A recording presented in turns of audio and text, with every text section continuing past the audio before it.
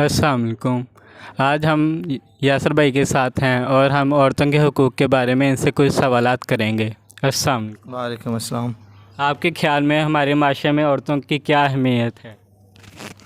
السلام علیکم احمد بھائی، یہ تو اس سوال کا جواب میں نے کیا دینا ہے، اس سوال کا جواب تو بڑا اچھا نبی کریم صلی اللہ علیہ وسلم نے دے دیا۔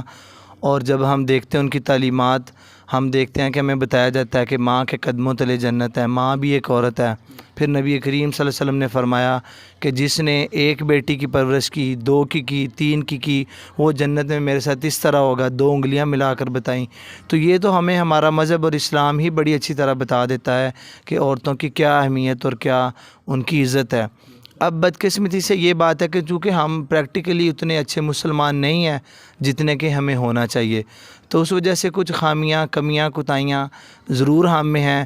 لیکن اس سب کے باوجود میں یہ کہنا چاہوں گا کہ الحمدللہ ثم الحمدللہ ہمارے معاشرے میں ابھی بھی بہن کی، بیٹی کی، ماں کی بحیثیت عورت بہت زیادہ عزت، قدر و منزلت اور اس کا بہت زیادہ مقام اور اس کی عزت ہے۔ اور آپ کے خیال میں معاشرے میں عورت کا کیا کردار ہونا چاہیے؟ میرے خیال سے عورت کا معاشرے میں کردار وہی ہونا چاہیے جو وہ گھر میں اچھی طرح نبھا رہی ہے۔ ہاں، اسلام میں اور ویسے بھی اجازت ہے کہ عورت معاش کے لیے گھر سے باہر نکل سکتی ہے، کام کر سکتی ہے، وہ معاش کی ذمہ داری اگر اٹھا لے تو اچھی بات ہے، نہ اٹھائے تو اس پر ضروری نہیں ہے۔ اور ہم دیکھتے ہیں کہ حضرت خدیجہ رضی اللہ تعالیٰ عنہ اپنے دور کی بڑی مشہور اور بڑی کامیاب بزنس مین عورت تھی۔ نبی کریم صلی اللہ علیہ وسلم نے بھی ان کا مال تجارت فروخت کیا اور پھر اس کے بعد انہوں نے ان کو نکاح کا پیغام بھیجا۔ تو اسلام میں اور ہمارے معاشرے میں عورت کا مقام کیا ہے اور اس کی ذمہ داریاں کیا ہے؟ سب سے اچھا تو یہ کہ عورت گھر کی ذمہ داریاں سنبھالے اور اس کے ساتھ ساتھ وہ اپنے بچوں کی اچھی تعلیم و تربیت کرے، کیونکہ اگر عورت پڑھی لکھی ہوگی، عورت سمجھدار ہوگی، عورت معاملات کو اچھی طرح ہینڈل کر سکتی ہوگی تو وہ اپنی بچوں کی اور اپنی بیٹیوں کی اور بیٹوں کی تربیت اچھی کرے گی۔ اور جب وہ بچوں کی تربیت جو کہ اس کا اصل کام ہے وہ اچھی طرح نبھائے گی تو پھر ہمارے معاشرے میں انشاءاللہ انجینئر بھی پیدا ہوں گے، بزنس مین بھی پیدا ہوں گے، اسکالرز بھی پیدا ہوں گے۔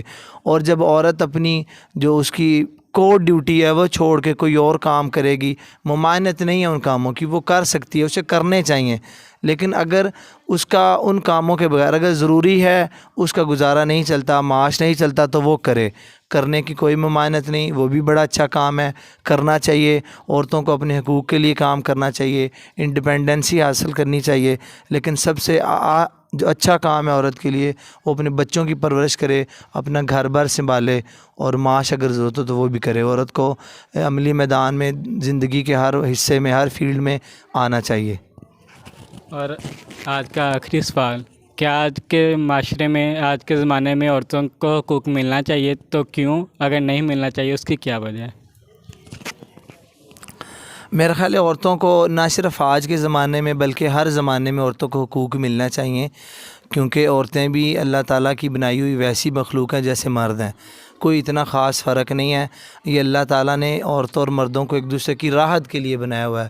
اب وہ بھی انسان ہے، مرد بھی انسان ہے، تو ان کو اہمیت بھی ملنی چاہیے، ان کی عزت بھی ہونی چاہیے، ان کو مقام بھی ملنا چاہیے۔ ہاں، ان کو کتنے حقوق ملنے چاہیے، کیا ملنے چاہیے اور کیا نہیں ملنے چاہیے، یہ چیز ڈیبیٹیبل ہے۔ اس میں صرف اتنا کہوں گا کہ یہاں پہ ہم پاکستان میں دیکھتے ہیں کہ کافی عرصہ سے ایک وہ چل رہا ہے عورت مارچ والا سلسلہ، تو وہ نہیں ہونا چاہیے۔ وہ ہمارے معاشرتی روح سے بھی ٹھیک نہیں ہے، مذہبی روح سے بھی ٹھیک نہیں ہے۔ زمانی نعرے لگائے جاتے ہیں، زمانی باتیں کی جاتی ہیں۔ عورتوں کے حقوق کا کوئی انکار کر ہی نہیں سکتا، نہ ہم کر سکتے ہیں نہ کوئی اور کر سکتا ہے، لیکن عورتوں کے حقوق کے نام پر جو مطالبات اور جو خرافات وہاں پر کی جاتی ہیں اس کی میرا خیال ہے کوئی بھی حمایت نہیں کرے گا، اور کوئی پاکستانی، کوئی ہمارے معاشرے کا بندہ، کوئی مسلمان اس کی حمایت نہ کرے گا اور نہ وہ کرنے والی ہیں۔ تو عورتوں کو جائز جو ان کے حقوق ہیں وہ ملنے چاہیے۔ ہاں، ہم یہ مانتے ہیں کہ ہمارے معاشرے میں بڑی خامیاں ہیں، بڑی کوتاہیاں ہیں، اس معاملے میں عورتوں کے ساتھ زیادتی کی جاتی ہے، ان کو ان کے وہ حقوق نہیں دیے جاتے جو دیے جانے چاہیے۔ لیکن جو حقوق عورت مارچ والے مانگتے ہیں وہ بھی نہ تو ان کے حقوق ہیں اور نہ وہ ان کو دیے جا سکتے ہیں، کیونکہ وہ نہ تو ان کے حقوق ہیں اور وہ تو عورت کے نام پر ویسے ہی دبا ہے۔ وہ تو عورت کو ایک بس مٹیریلسٹک چیز بنا کے، ضرورت کی چیز بنا کے استعمال کیا اور پھینک دیا۔ اور یہ ان عورتوں کو بھی سمجھنا چاہیے کہ جن لوگوں کے کہنے پر یا جن NGOs کے کہنے پر یا جن طاقتوں کے کہنے پر وہ یہ کرتی ہیں، وہ طاقتیں اور وہ قوتیں تو صرف ان کو استعمال کر رہی ہیں۔ تو میرا بس یہی پیغام ہے۔ بہت شکریہ یاسر بھائی۔ آج ہم نے دیکھا کہ بھائی یاسر نے عورتوں کے حقوق کے بارے میں کیا بتایا کہ کیا کیا کرنا چاہیے، کیسے حقوق عورتوں کو ملنے چاہیے، کیا اہمیت ہے معاشرے میں عورتوں کی۔ آج کا ہمارا انٹرویو یہیں ختم ہوتا ہے۔ Thank you.